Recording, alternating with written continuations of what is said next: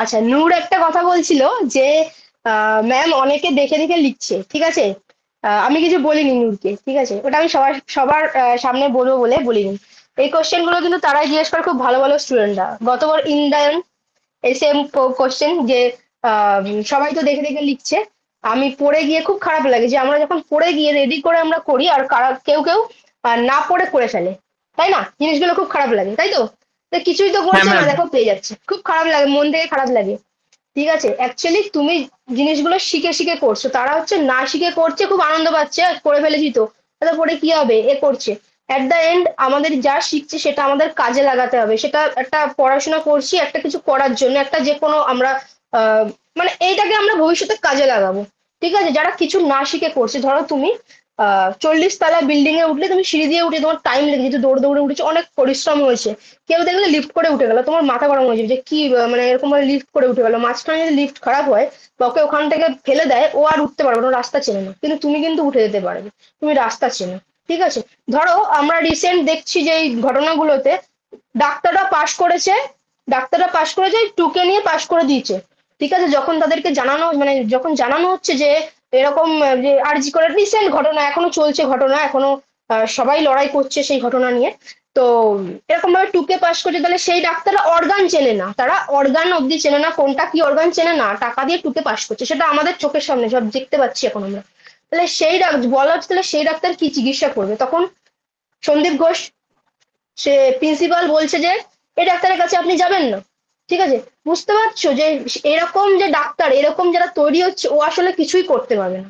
ঠিক আছে, ও যদি এখন আগামী দিনে যা হবে, ওদেরকে কেউ মানবে না, ওদের যে জায়গা ছিল ওই জায়গা কিন্তু কেউ ওদেরকে মানবে না। ঠিক আছে, আগে সবাই ভয় দেখিয়ে এ করে রাখতো, কিন্তু এখন কিন্তু ওদের ওই জায়গা কেউ মানবে না। ঠিক আছে, তো ওরকম ডাক্তার হলে তাদের কাছে কেউ যাবেই না, অলরেডি সমস্ত কিছু শুরু হয়েছে, এরকম যারা ডাক্তার আছে চিকিৎসা করতে পারছে না, তাদের কাছে কেউ যাবেই না। ঠিক আছে, তাহলে তার ওই পাশ করে কোনো লাভ হলো না। বুঝতে পারলে তুমি যেটা করছো, তোমার কষ্ট হচ্ছে, পরিশ্রম হচ্ছে, তোমার লাভ হচ্ছে, তুমি শিখে করছো। যারা কোনো কিছু না শিখে করছে, অ্যাট দ্য এন্ড তাদের কিছুই হবে না। যে ধরো জানে, ধরো ওই ডাক্তার হয়ে পাশ করেছে জানে, সেই ডাক্তারের কাছে কেউ চিকিৎসা করতে যাবেও না।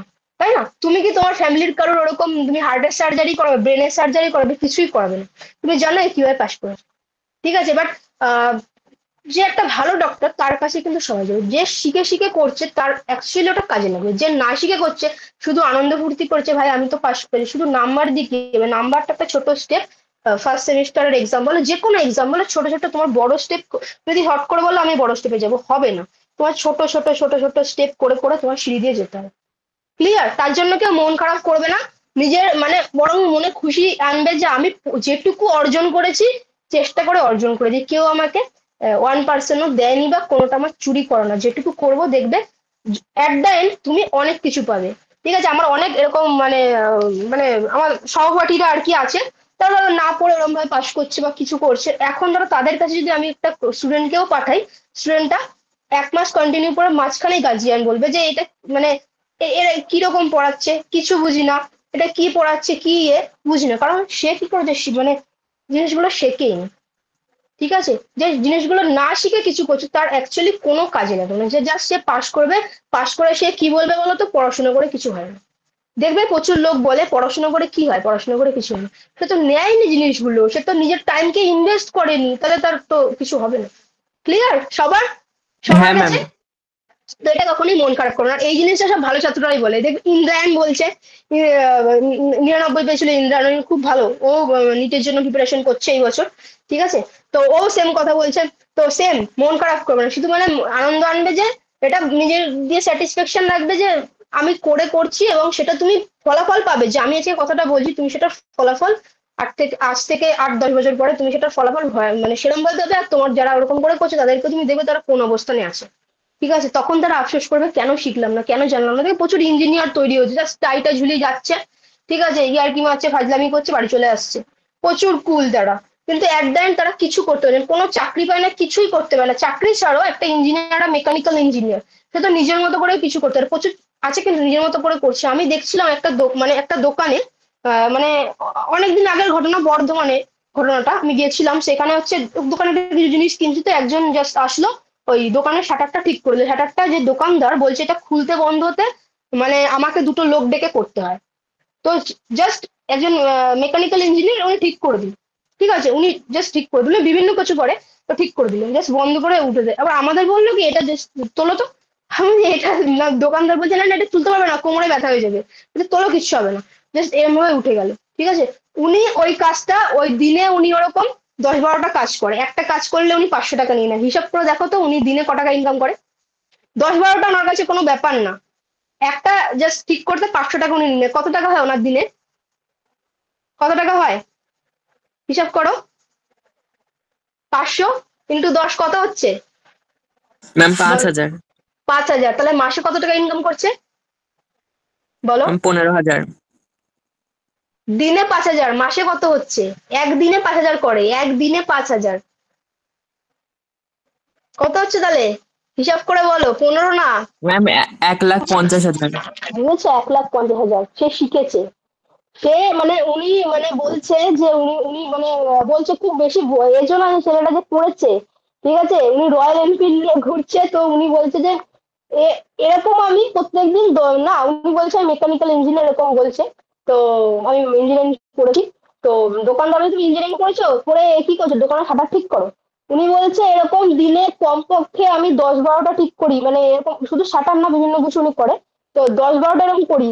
তো একদিনে আমি যদি কমপক্ষে 500 টাকাও নিই, তাহলে আমি যদি 10টা করি, তাহলে আমার কত হচ্ছে, আমার মাসে হিসাব কত হচ্ছে, বুঝতে পারছো? যদি তুমি শেখো তুমি কত টাকা আর্ন করতে পারবে। শিখলে তুমি আর্ন করতে পারবে, যে শিখছে না সে তো সে পড়ছে প্রচুর সে তো ঠিকও করতে পারবে না, কিছুই ঠিক করতে পারবে না। ইলেকট্রিক্যাল ইঞ্জিনিয়ারিং করছে, সে একটা ইলেকট্রিকের সাধারণ জিনিসও ঠিক করতে পারে না, কিছুই পারে না, তাহলে তার শিক্ষাটা কোন কাজে লাগবে? সে তো ওইভাবে টুকে পাশ করেছে। বুঝতে পারলে যে একজন পড়ে হ্যাঁ পাশ ম্যাম। করার টুকে টুকে পাশ করার মধ্যে কোনো কিছু শিখতে পারছে না, মানে কোনো কোনো কাজেরই না, তারা কোনো কিছু করতে পারবে না। ওকে, তো এটাই আমার বলার ছিল, ওই জন্য আমি বলিনি। তাতে করে কি আমি সবাইকে বলতে পারি যে এটা একদমই মন খারাপ করো, তুমি শিখছো যখন তোমার কাজে লাগবে। দেখো আমি শিখেছি, তোমাদেরকে পড়াতে পারছি। আমি যদি টুকে পাশ করে আসতাম তাহলে আমি পড়াতে পারতাম, আমি তো পড়াতে পারতাম না। আমার অনেক মানে আমার বন্ধুরা আছে যারা কিনা আমার থেকে বেশি নম্বর হয়তো পেয়েছে, টুকে নিয়ে পেয়েছে, আমি টুকতেই পারবো না। টুকতে গেলে আমার হাত পা কাঁপবে, আমি পারবোই না, আমাকে পড়ে নিয়ে পড়তাম। আমি এখনো পড়াশোনা করি, আমি পড়ে গিয়ে পরীক্ষা দিই, ঠিক আছে। তো ওটা আমি আমি পারবোই না, আমি নার্ভাস হয়ে যাবো, ওটা আমি করতেই পারবো না। আমি পড়ে গিয়ে পরীক্ষা দেওয়ার এটার কারণ হচ্ছে আমি ছাত্রদের পড়াতে পারছি, আমার যে উপার্জিত শিক্ষাটা আমি তোমাদের দিতে পারছি, সেটার মাধ্যমে আমি উপার্জন করতে পারছি। এটাই আমার বলার, যে তুমি যখন শিখছো যে কোনো জিনিস, তুমি যাই করো, সেটাকে 100% শিখে নাও, তবে তোমার কাজে লাগবে। ওকে, ঠিক আছে, চলো। Okay ma'am. পরীক্ষার জন্য ভালো করে প্রিপারেশন নিও, ঠিক আছে। আহ যেরকম ভাবে বললাম সেরকম ভাবে পড়বে। ফার্স্ট হচ্ছে একটা করে চ্যাপ্টার ধরবে, ধরো বায়োলজি, যে কোনো সাবজেক্টের একটা করে চ্যাপ্টার তুমি ধরলে সেই চ্যাপ্টারের অনুশীলনীটাতে যাবে, ঠিক আছে। অনুশীলনটা দিকে কোশ্চেন গুলো দেখবে, গোল করতে বলছি না, জাস্ট কোশ্চেন একটা দেখলে উত্তর এটা পারছি, পরেরটা হ্যাঁ পারছি, তারপরটা আছে একটু কনফিউশন হচ্ছে, তাহলে আমি থিওরিতে যাব, খুঁজবো, খুঁজে গিয়ে কোনটা হচ্ছে দেখে নেবো, ঠিক আছে, আচ্ছা এটা।